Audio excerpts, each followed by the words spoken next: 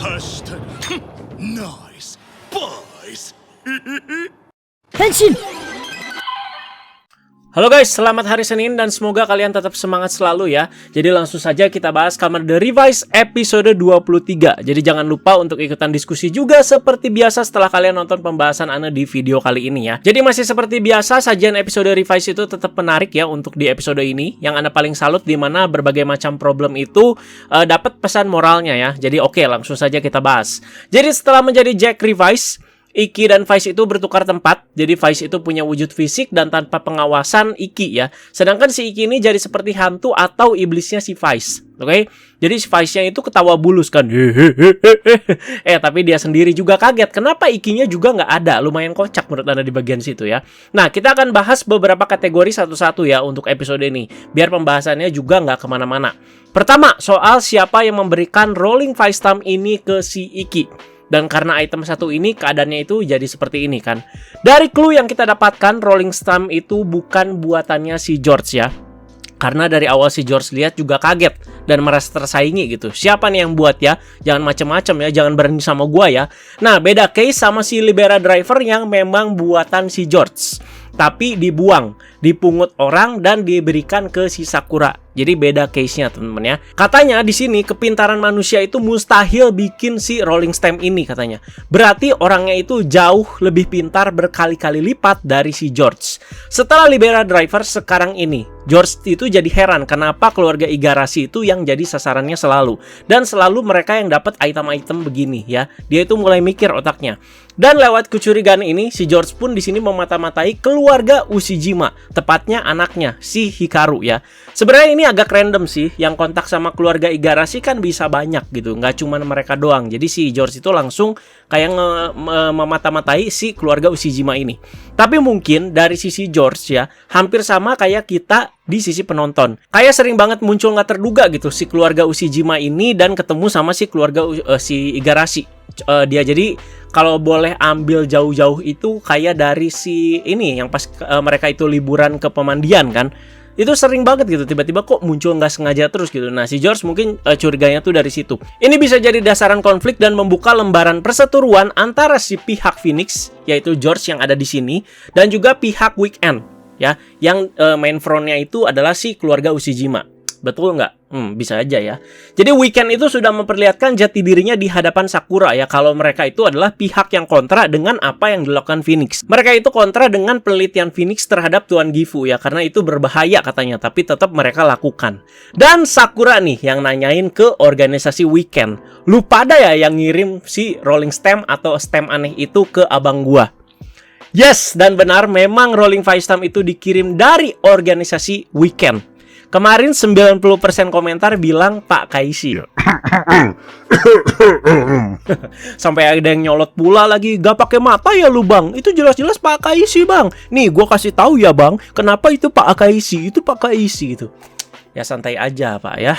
Gini loh ya, kita kan di sini diskusi, oke? Jadi ya nggak usah pakai urat juga lah gitu ya. You have your reason, I have my reason too. Gitu aja, simple ya. Jadi banyak juga kok yang bilang Pak Kaishi, tapi poin-poin penyampaiannya juga bagus dan juga sopan kok ya. Ini Anda bilang khusus ke orang-orang yang begini ya, jadi nggak semua dari kalian teman-teman ya. Jadi poin-poin alasannya yang bilang Pak Kaishi itu karena Pak Kaishi itu tahu soal Vice yang suka sakit kepala dan ada hubungannya dengan kebangkitan Tuan Gifu. Anda juga udah baca komentar-komentar dari kalian yang bilang Pak Kaishi, yang bisa dibilang ya yang lebih sopan lah ya penyampaiannya, dan bagus-bagus semua kok dan masuk akal semua menurut Anda pembahasannya.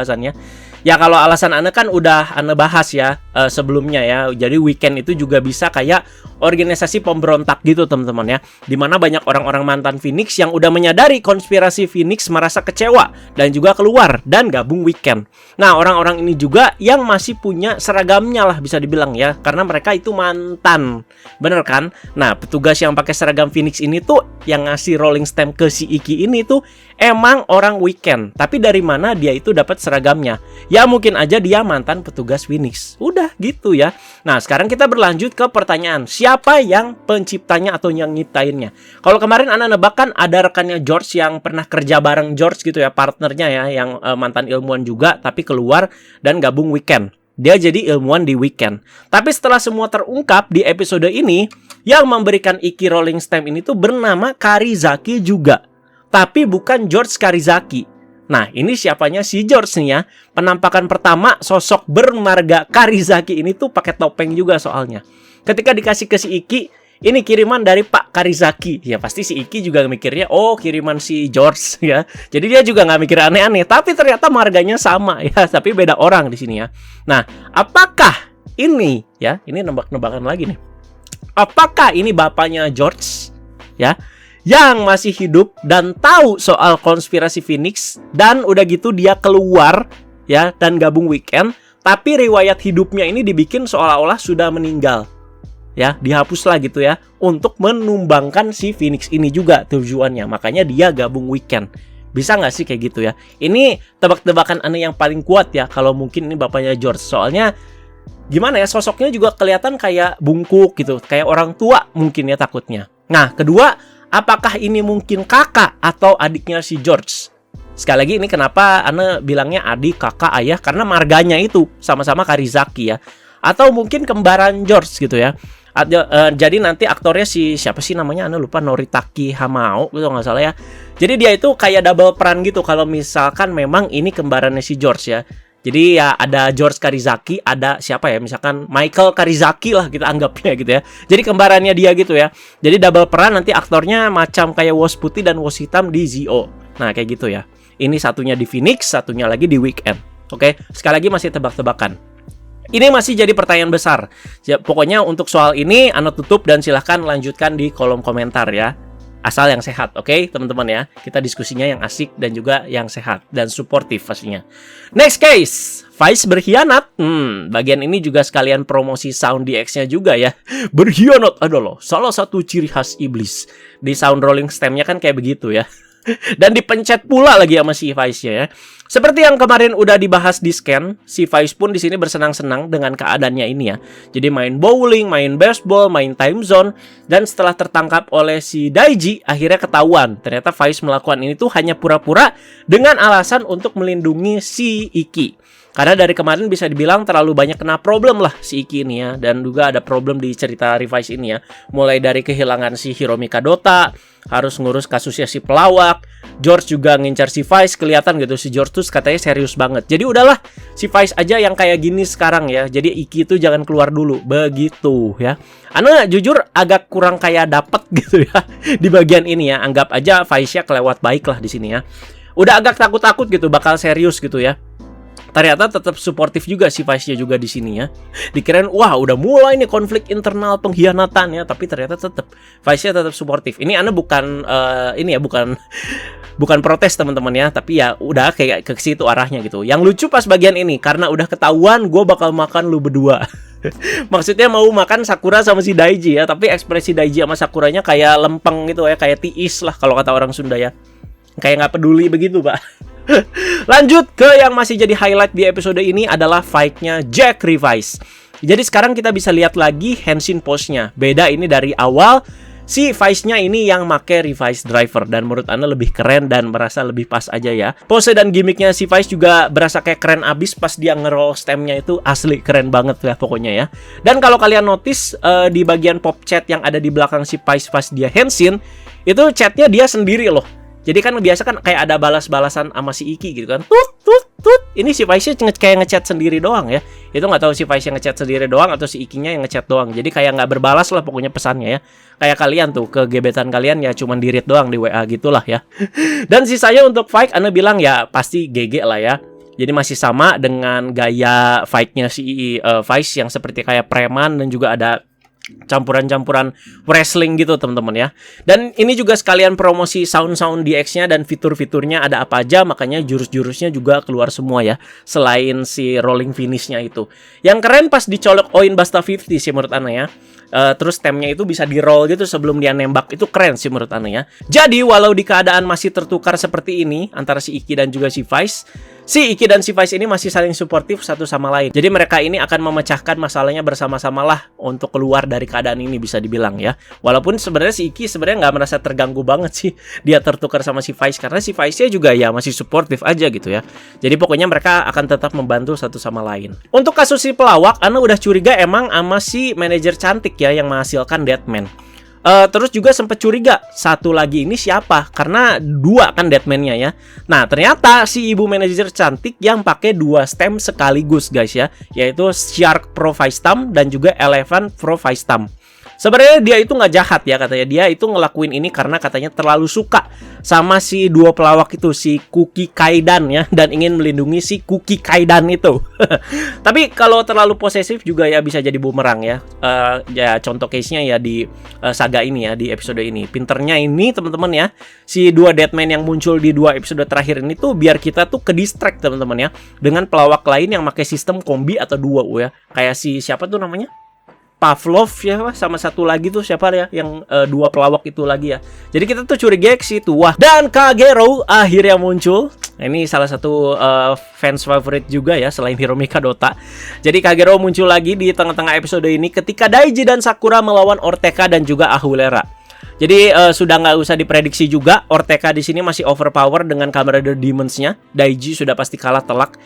Sebenarnya nggak telak banget sih, sempat ngasih perlawanan dikit pas berubah jadi Jackal Life ya. Dan karena menerima damage yang besar, hasil keluar dah itu si Kagero ya akhirnya.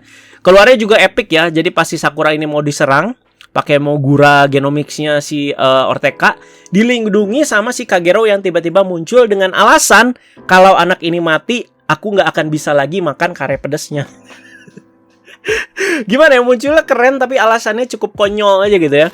Tetap keren munculnya ya. Nah, apakah masih akan ada konflik yang serius lagi antara Daiji dan Kagero nantinya? Apakah nanti Kagero bakalan jadi karakter lucu-lucuan doang ya yang bakal muncul ya? Kita tungguin aja ya. Dan pas dia muncul, terus juga pas Henshin jadi Kamen Rider Evil itu menurut Ana sih berasa fresh banget dan keren aja gitu ya. Dan lanjut soal Ahulera yang mencat si Tamaki. Jadi poin dari kalian bilang mungkin itu untuk kebaikan si Tamaki juga. Yes, betul itu teman-teman ya. Jadi Ahulera itu melakukan hal kejam seperti itu bisa dibilang ya. Tepatnya membuang si Tamaki Akafurio justru untuk melindungin dia ya. Karena Tamaki juga udah powerless kan ya. Udah nggak bisa berubah jadi Deadman lagi. Udah bener-bener jadi manusia biasa aja ya. Kasian juga gitu harus ngelindungin si Ahulera yang mainnya itu bisa dibilang kan masih bahaya lah ya. Karena kan dia itu si Ahulera itu ingin kebangkitan Tuan Gifu. Ahulera juga tahu lah pasti si Tamaki ini larinya ke si Sakura. Makanya pas ketemu si Ahulera ini nyuruh Sakura itu buat ngelindungin si Tamaki ya. At least Ahulera juga tahu gitu si Tamaki itu ada di orang yang aman dan gua percaya yaitu si Sakura. Jadi terharu juga sih di bagian ini ya. Sama kayak kasus Vice kan, sampai si Sakura ini bertanya-tanya gitu. Kenapa sih orang-orang itu suka nyembunyiin maksud asli mereka? Ibaratnya mah sayang tapi gengsi. Nah, kayak begitu teman-teman ya. Dan memang tujuan si Ahulera ya hanya untuk kebangkitan Tuan Gifu. Makanya ketika disuruh ngabisin si Sakura, si Ahulera itu kayak nggak mau gitu kan ke si Orteka-nya gitu. Karena ya tujuannya cuma itu, nggak ada yang lain gitu. Episode minggu depan George ini ditangkap oleh si Orteka ya. Dan apakah Iki akan memiliki keadaan yang sama seperti Kagero? Kalau Anda udah lihat previewnya, kalau kalian lihat ya teman-teman ya di previewnya itu, Iki itu lagi megang rolling stem tapi matanya itu biru dan kayak terkaget gitu dan suaranya kayak agak beda. Mungkin aja itu tuh bukan Iki ya, tapi Vice yang merasuki tubuh si Iki. Jadi ini beda case lagi ya kayak yang sekarang ini ya. Jadi sama aja kayak si Kagero dan juga si Daiji. Kayak begitu teman-teman ya. Vice yang merasuki tubuh si Iki ya. Tapi ya bertindaknya ya sesuai si Vice aja gitu ya. Si Ikinya ya terkurung aja, masih terkurung di dalam ya. Bakalan kocak sih ya teman-teman ya. Jadi kita tungguin aja ya. Nah, ini yang Anda bilang di atas, berbagai macam problema muncul di episode ini kan. Tapi maksudnya itu satu yang kita dapatkan, yaitu soal melindungi ya. Jadi Vice itu ingin melindungi si Iki ya. Terus si Kagero itu ingin melindungi si Sakura. Si Ahulera itu ingin melindungi si Tamaki. Bu manajer cantik juga ingin melindungi si dua pelawak ya. Semuanya dapat ya. Jadi so overall menurut Anda sih nice dan menghibur banget untuk episode ini. Oke teman-teman, jadi itu dia pembahasan Kamen Rider Revice untuk episode 23. Jadi kita tunggu saja untuk episode 24. Dan juga semoga kalian masih excited dengan Revice The Mystery. Dan Ana bakal masih bahas untuk episode 3-nya. Jadi kalian tungguin aja teman-teman. Terima kasih banyak. Jadi seperti biasa kita diskusi teman-teman ya. Ada poin-poinnya menarik tuh. Banyak tuh teman-teman ya. Soal saga Iki dan Vice dan juga rolling stamp-nya dan Iki yang masih terjebak itu masih berlanjut. Dan juga soal sosok misterius si Karizaki ini nih yang hangat diperbincangkan ya di kolom komentar. Jadi Anda tunggu komentar kalian semua. Ingat teman-teman ya, yang sehat, yang suportif aja, yang sopan aja.